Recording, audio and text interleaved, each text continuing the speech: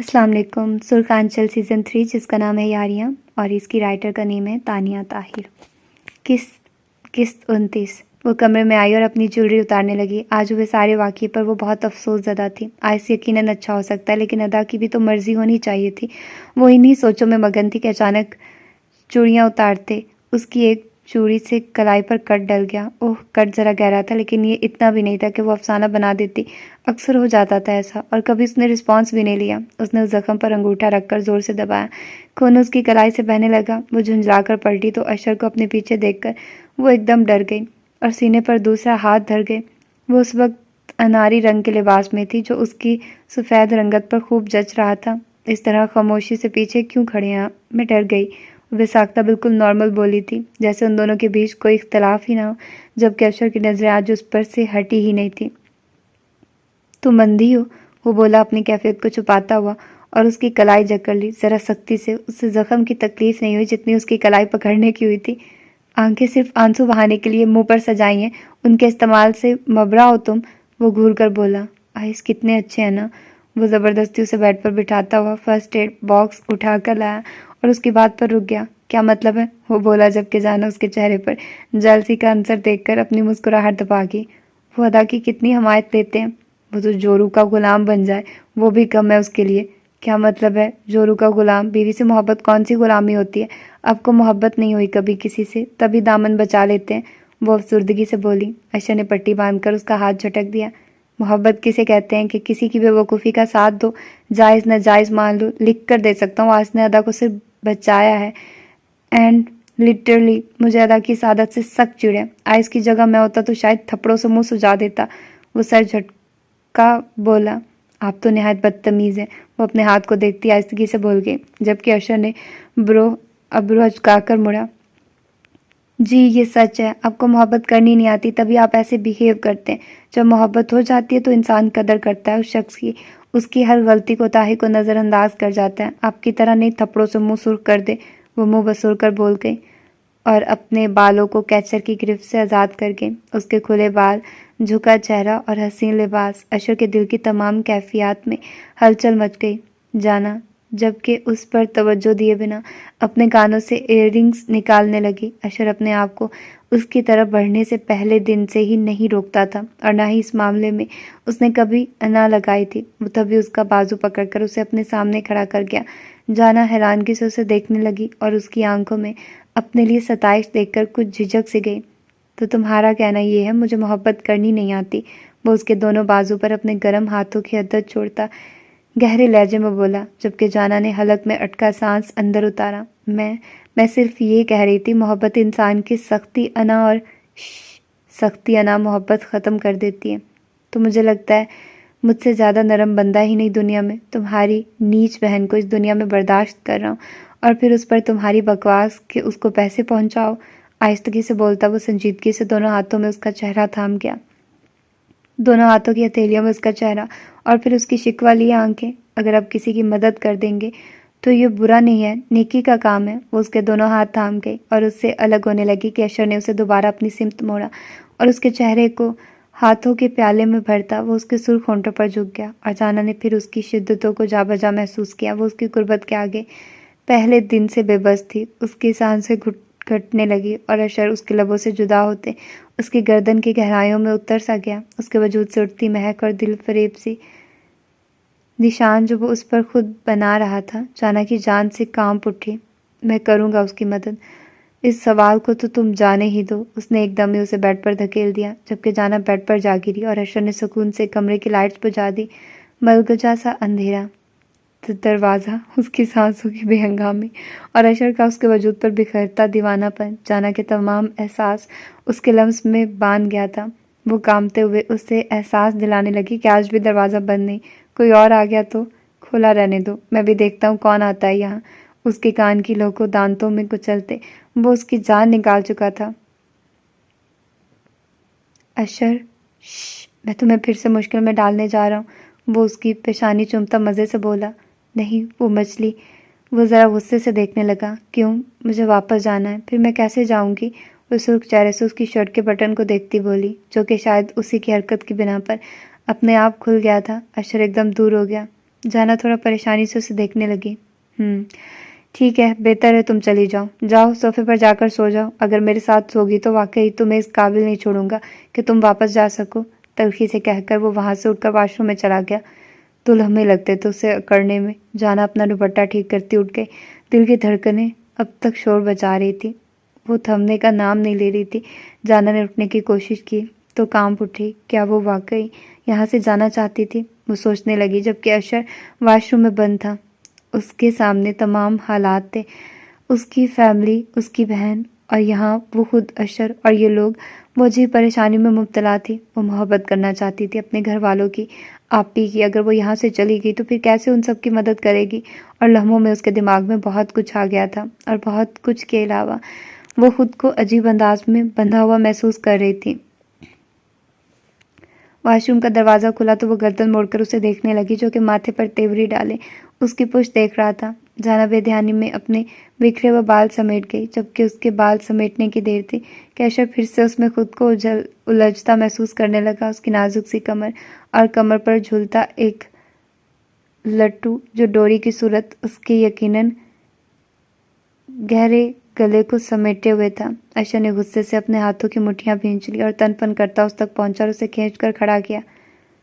अब इस बिस्तर पर मत आना, वो उंगली उठाता बोला। कमरे में हल्की फुल्की रोशनी थी और उसमें भी जाना उसके चेहरे पर गुस्से की लहरें देख सकती थी। उसने कहा और बेड पर लेट गया।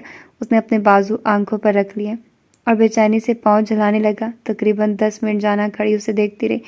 ना वो कुछ बोला और ना ही वो कुछ बोली। आज अगर वो यहाँ कदम उठा लेगी तो शायद ये उसके लिए फ़ायदेमंद होगा, उसके घर वालों के लिए, जो वहाँ मालूम नहीं किन मुसीबतों में फंसे हुए हैं। और उसकी आपी, उसके हालात तो वो खुद देख कर आई थी। उसने एक सांस अपने अंदर उतारा और एक कामता कदम उसकी जानिब बढ़ाया। उसे शर्मिंदगी हुई कि वो अशर की तरफ अगर बढ़ रही थी तो अपने मफाद के लिए। वो आगे बड़ी, नज़र झुकी हुई थी और वो उसके पास बेड पर लेट गई। अशर के वजूद में जुम्बिश भी नहीं हुई। जाना ने उसके बाजू को आंखों पर से हटाया और उसके बाजू पर सर रखकर उसके सीने पर हाथ बांध लिया।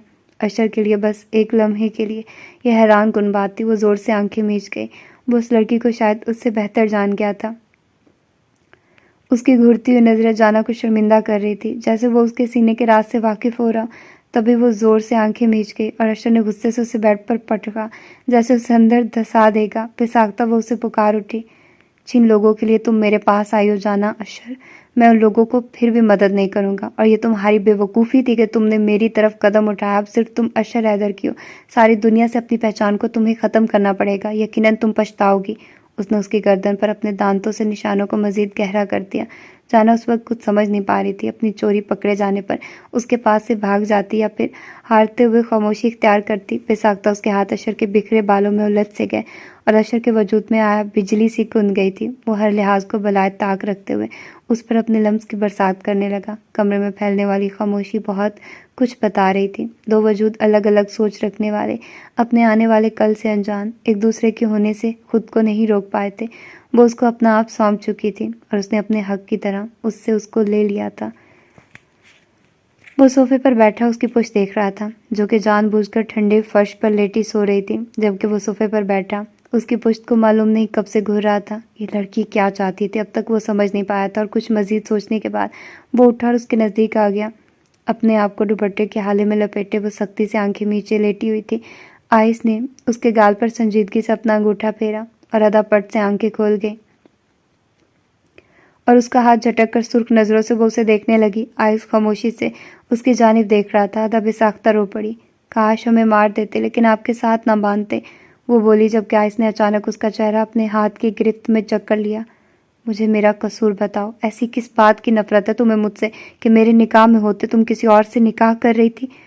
उसकी आवाज़ में चिंगारियां सी थी। उसकी उंगलियों में बेपनाह सख्ती थी, जो कि अदा ने पहली बार महसूस की थी। अदा ने उसे अपना आप छुड़ाया और आंखें रगड़ कर साफ की। आप खुद काबिले नफरत थे आइस हैदर, वो भड़की। और पहली बार उसने उस लड़की पर अपना गुस्सा उतारा था। खींच खींच कर लगने वाले 2 थप्पड़ अदा का दिमाग हिला गए। वो उसकी जानिब लपका और उसका चेहरा जकड़ कर उसकी आंखों में देखने लगा। जिस दिन मुझसे नफरत करने की ठोस वजह हो, उस दिन मुझे बताना, तुम्हें अपने साथ बांध कर नहीं रखूंगा। मेरी मोहब्बत में वुसअत की वो इंतहा देखोगी जो आज तक धरती पर किसी की नहीं देखी होगी, ना सुनी होगी। लेकिन एक बात याद रखना अदा, अब तुम आयस हैदर की बीवी हो और मैं तुम्हारी अब बिला वजह की जिद को कोई अहमियत नहीं दूंगा। तुम्हारे पास बहुत वक्त है, सुकून से मेरे लिए अपनी नफरत के सबूत इकट्ठे करो। झटक कर उसका चेहरा छोड़कर वो दूर हुआ। उसके चेहरे पर आयस की उंगलियों के सुर्ख निशान छप चुके थे।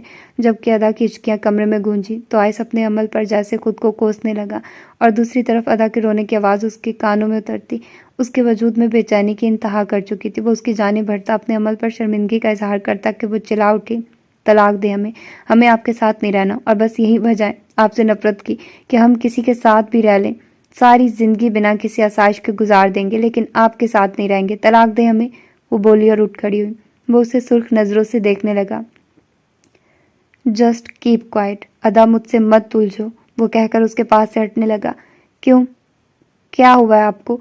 अब क्यों नजर चुरा रहे हैं? कैसे मर्द हैं आप? एक लड़की आपके साथ रहना नहीं चाहती, आपसे इतनी नफरत करती है, लेकिन आप उसके साथ ही रहना चाहते हैं। बहुत महान है आप, बहुत ज्यादा लोग आपको पसंद करें, दुनिया आपको पसंद करती है, लेकिन इस दुनिया में एक लड़की अदा ज़रियाब आपसे नफरत करती है, नफरत करती है, और हम आपके साथ नहीं रहेंगे।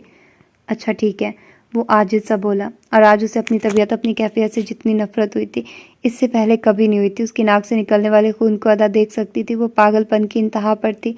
शायद सामने खड़े शख्स को ख़त्म कर देना चाहती थी अपनी खुद साख्ता नफरत में, जो सिर्फ उसका ही था, उसी से था। उसका खून देखकर वो कुछ घबराई थी। आयस ने बेध्यानी में खून साफ किया और उसकी जानिब देखा।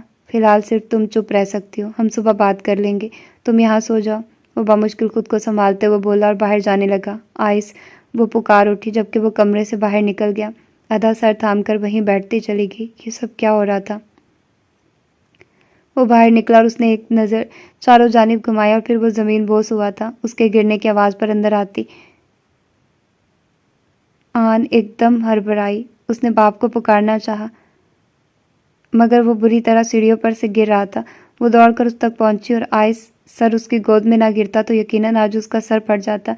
जबकि अदा भी ये आवाज़ सुन चुकी थी और वो भी बाहर निकली और नीचे का मंजर देखकर वो वहीं थम गई। आयस, शहरी की पुकार पर आन ने उस लड़के की सिम देखा जिसको अक्सर सिर्फ स्क्रीन पर देखा था, और आज वो लड़का उसकी गोद में था। वो शॉक्ड थी, उसकी नाक से खून बह रहा था।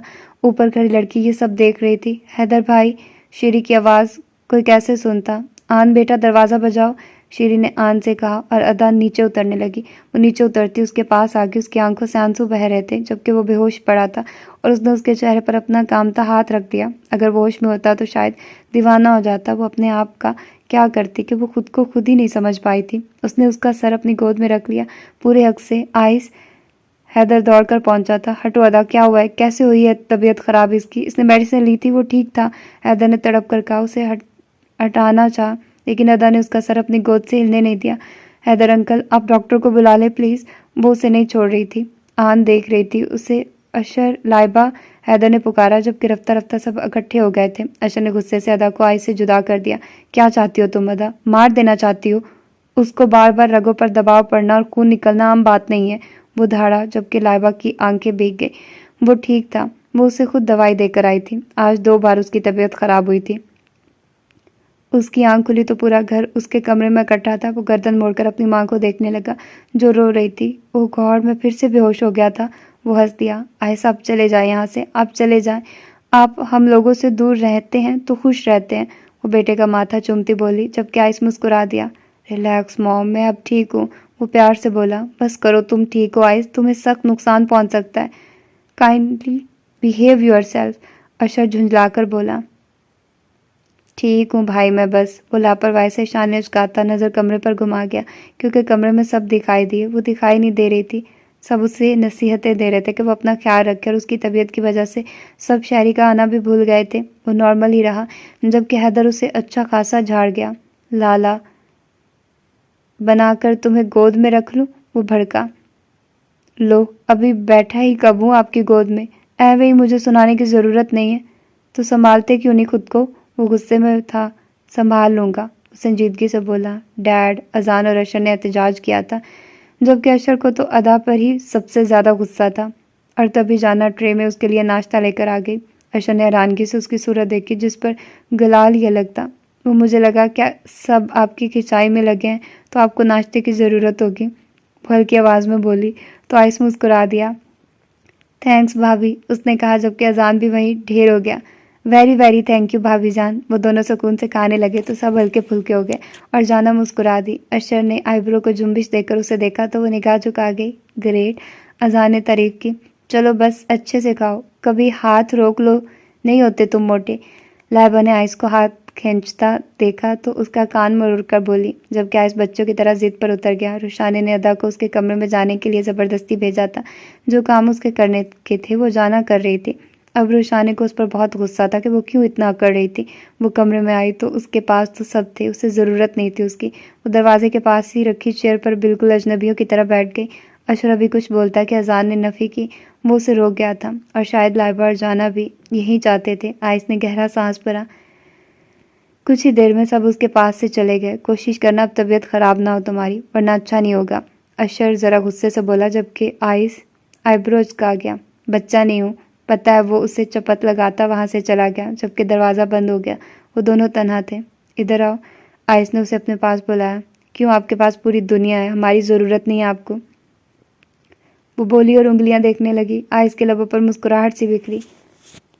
मैं खुद आऊँ या तुम इधर आ रही हो? वो फिर भी जिद करके वहीं बैठी रही और वो खुद से उठकर उसके पास आया। ज़बरदस्ती उसका हाथ थामा और उसे लिए बेड पर बैठ गया। क्या चाहती हो? तलाक? उसके लफ्ज़ों में गुंजाइश नहीं। आइस लब खींच गया। क्यों? वजह नहीं है, वो सपाट लहजे में बोली। मैं तलाक दे दूंगा। तो किससे शादी करोगे? किसी भी नौकर, मुलाजिम, चौकीदार से कर लेंगे।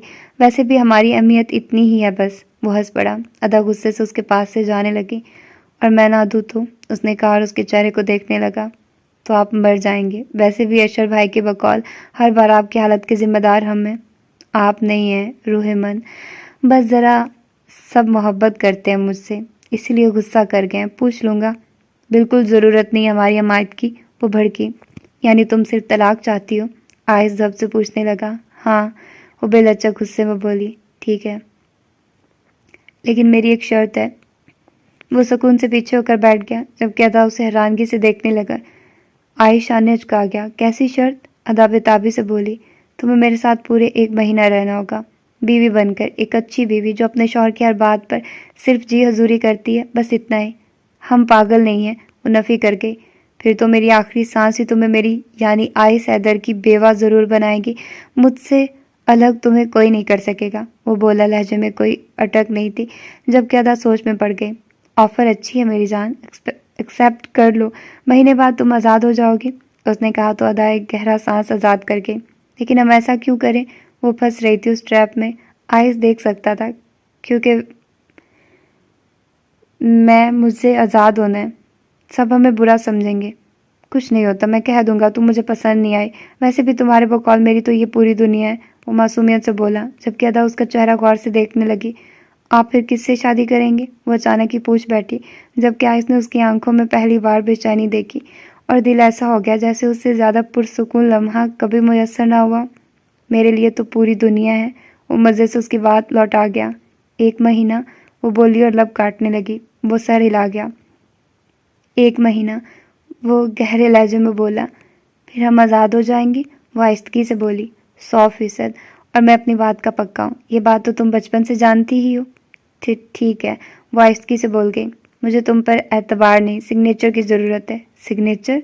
अदा हैरान हुई। हाँ, जो मेरे निकाह में होकर किसी और से निकाह कर रही हो, उसकी ज़बान पर क्या भरोसा? क्या बदतमीज़ी है। अदा झुंझला गई और उठकर कागज़ पेन ले आई और उस पर साइन कर दिए। अब खुश? आह, उसने पुरसुकून सांस भरा था। ब्रावो, वो मुस्कुरा रहा था। अदा जबकि उठकर वहाँ से बाहर निकल गई। क्या उसने कुछ गलत कर दिया था? उसका दिल धड़क रहा था, लेकिन कुछ नहीं होता। बस 1 महीने की तो बात है। वो अभी पुरसुकून होती कि निम्रा ने उसका हाथ पकड़कर उसे कमरे में घसीट लिया। क्या स्टूपिड निम्रा, तुझे तो मैं कत्ल करूंगी। इस कहानी में घुसकर तुझे मैं कत्ल करूंगी निम्रा। तू देख तुझे मैं क्या। मुझे निम्रा नहीं पसंद। इसको कत्ल करने के बाद फिर अदा के साथ निपटेंगे। अदा बेवकूफ़ है। आइस बिल्कुल ठीक कर रहा, उसको उसके तरीके से हैंडल कर रहा। आइस तो किसी की भी नहीं सुनेगा। वो तो निम्रा, ओहो गॉड, जिस तरह से उसने कहा ये कौन है ये हमारे दरम्यान बोले, मुझे बहुत अच्छा लगा यार, बहुत अच्छा, मुझे सुकून आया वो सुनकर। और फिर अशर वाले मामले में जिस तरह उसने किया, और फिर जब वो अशर भड़का था तब भी बड़ा इंटरेस्टिंग। पता नहीं कुछ लोगों की वाइब्स नहीं अच्छी लगती, निम्रा की वाइब्स अच्छी नहीं लगी मुझे, बिल्कुल भी नहीं अच्छी लगी, शुरू से ही नहीं अच्छी लगी। विलन विलन ही होता है, आप जितना मर्जी कर लो ना, वो विलन ही होता है।